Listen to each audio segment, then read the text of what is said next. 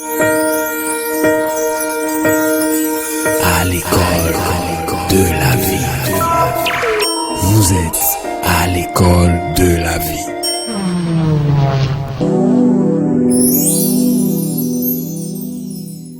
L'école de la vie de ce beau jour a pour titre ce qui suit: les mains, les mains.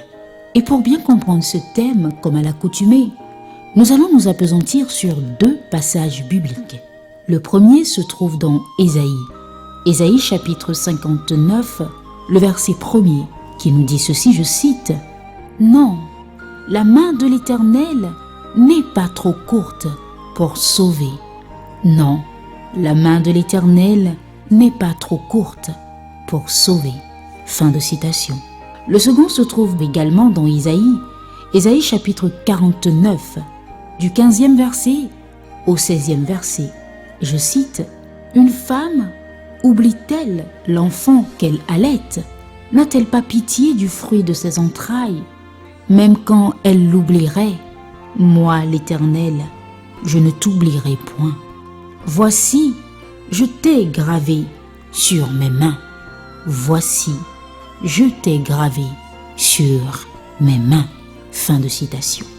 Et je reprends pour vous le titre de l'école de la vie de ce jour: les mains. Et notre histoire commence comme ceci.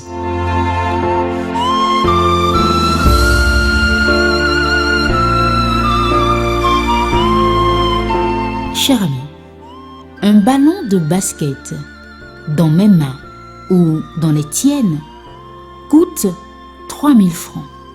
Dans les mains de Michael Jordan, légende du basket américain, ce ballon vaut environ 24 milliards de francs CFA. Tout dépend des mains qui le tiennent.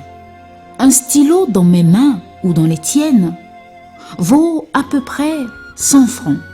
Mais un stylo dans les mains d'un écrivain célèbre vaut un best-seller, des millions.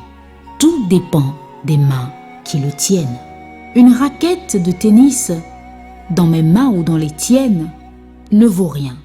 Dans les mains de Roger Federer, c'est une formule gagnante. Tout dépend des mains qui la tiennent. Le Titanic, ce gigantesque bateau, dans les mains de l'homme, a servi à montrer ses ambitions et son impuissance. Mais l'arche, dans les mains de Noé, a fait renaître la terre. La parole de vie dans mes mains servira à évangéliser, peut-être, mais dans les mains de Martin Luther King, elle servira à abolir l'injustice et la discrimination raciale.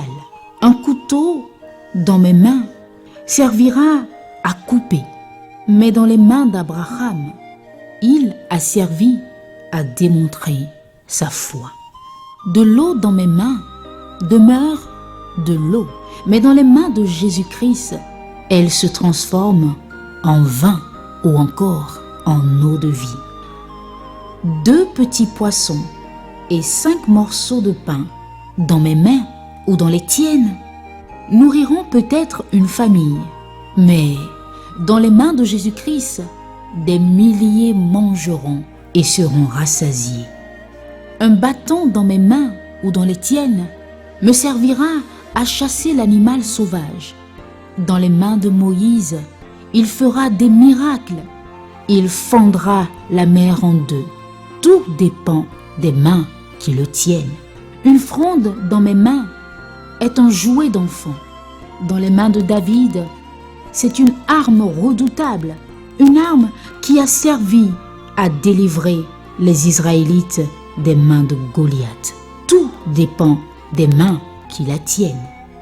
Des clous dans les mains d'un voleur sont sans conséquences majeures. Des clous dans les mains de Jésus-Christ produiront le salut du monde entier. Tout dépend des mains dans lesquelles il se trouve. Que retenir de ces différentes comparaisons? Comme tu peux le voir, cher ami, tout dépend des mains qui se chargent du travail. Oui, la Bible nous dit recommande ton sort à l'Éternel. Mets en lui ta confiance et il agira. L'école de la vie de ce beau jour nous demande de placer nos inquiétudes, nos peurs, notre famille, nos relations, notre travail et notre vie dans les mains de Dieu, car tout dépend des mains dans lesquelles tout se trouve. Oui, il est bon de déposer tout problème entre les mains puissantes du Seigneur, le Dieu Tout-Puissant qui change les temps et les circonstances. Ton secours, ton refuge se trouve en l'Éternel. Oui, cher ami, fais confiance à ton Dieu. La main puissante de l'Éternel opère des miracles et des prodiges, car rien n'est impossible à Dieu, déclare Luc chapitre 1er, verset 37. Et rappelle-toi, comme le dit si bien Ésaïe en son chapitre 59, verset 1er, non, la main de l'Éternel n'est pas trop courte pour te sauver. Et il continue en te disant, une femme oublie-t-elle l'enfant qu'elle allaite? N'a-t-elle pas pitié du fruit de ses entrailles? Et même quand elle l'oublierait, moi l'Éternel, je ne t'oublierai point. Voici, je t'ai gravé sur mes mains. Alors bien-aimé dans le Seigneur, en cette belle semaine qui s'annonce, j'en suis sûre, place ta vie dans les mains de l'Éternel. Dépose ton souffle, dépose ta vie au creux des mains de l'Éternel, car sa parole le dit si bien. Il t'a gravé sur ses mains. Voilà l'école de la vie de ce jour, les mains.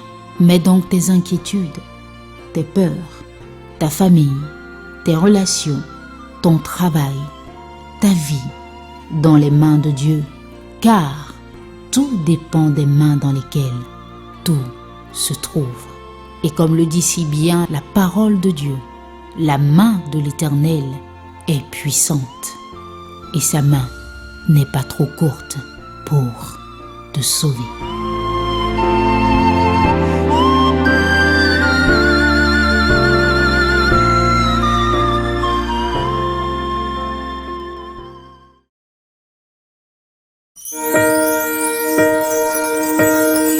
À l'école de la vie. Vous êtes à l'école